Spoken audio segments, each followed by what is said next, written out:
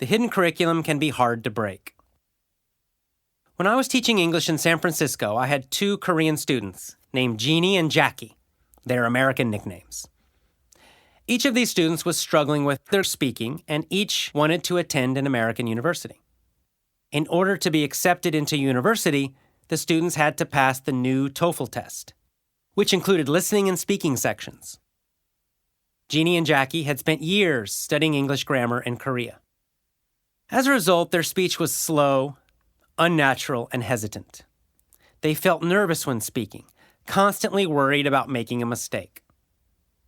As students in my class, I taught each of them Rule 2. I told them to stop studying grammar. I told them to get rid of their grammar books and their TOEFL books.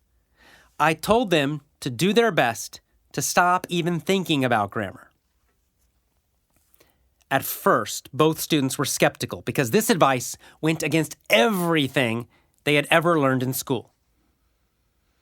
Jeannie eventually decided to accept my advice, while Jackie did not.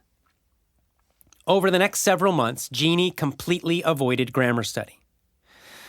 Jackie, unfortunately, continued. I would often see Jackie studying grammar and TOEFL books in a cafe after class. Gradually, Jeannie began to feel more relaxed about English. Her speaking became more natural and fluent. She was thrilled with the improvement. Jackie did not improve.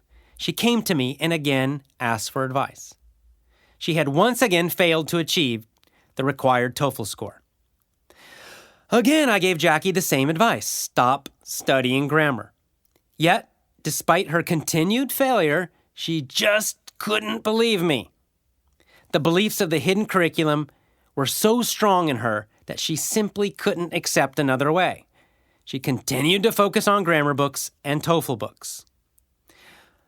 When I left that job, Jeannie had moved on to an American university. Jackie, however, was still stuck in the language school.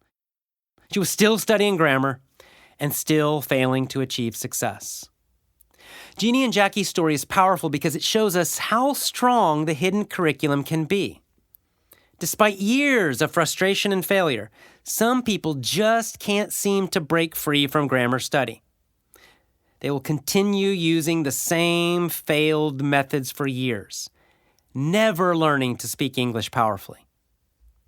To me, that is the worst tragedy of the hidden curriculum. These limiting beliefs imprison many people into a downward spiral of failure. It saddens me to see this cycle of frustration and stress.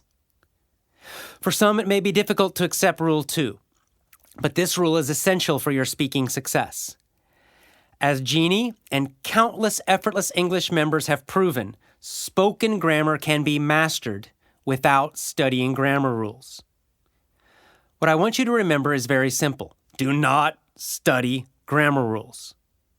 If you focus on grammar rules, it will hurt your speaking. You'll speak more slowly. You'll understand more slowly. To put it strongly, grammar kills your English speaking. So if you have grammar books, throw them away. Say goodbye to grammar books forever. If you want, you can even burn them, set them on fire, have a little celebration, because grammar translation is worse than useless. It is actually harmful to your speaking ability. For practice. Exercise. Take a grammar holiday. For the next 6 months, just decide you're not going to study grammar. In fact, do your best to completely forget about grammar rules.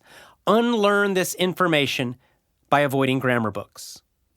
Whenever you catch yourself thinking about grammar, immediately change your focus. During this time, instead of worrying about mistakes, accept them. Accept that mistakes are normal and necessary. Focus on communicating.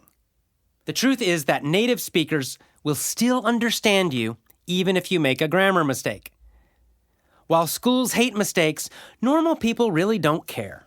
They simply want to hear your ideas, your feelings, your thoughts. In fact, native speakers make grammar mistakes too, and they don't get upset about them.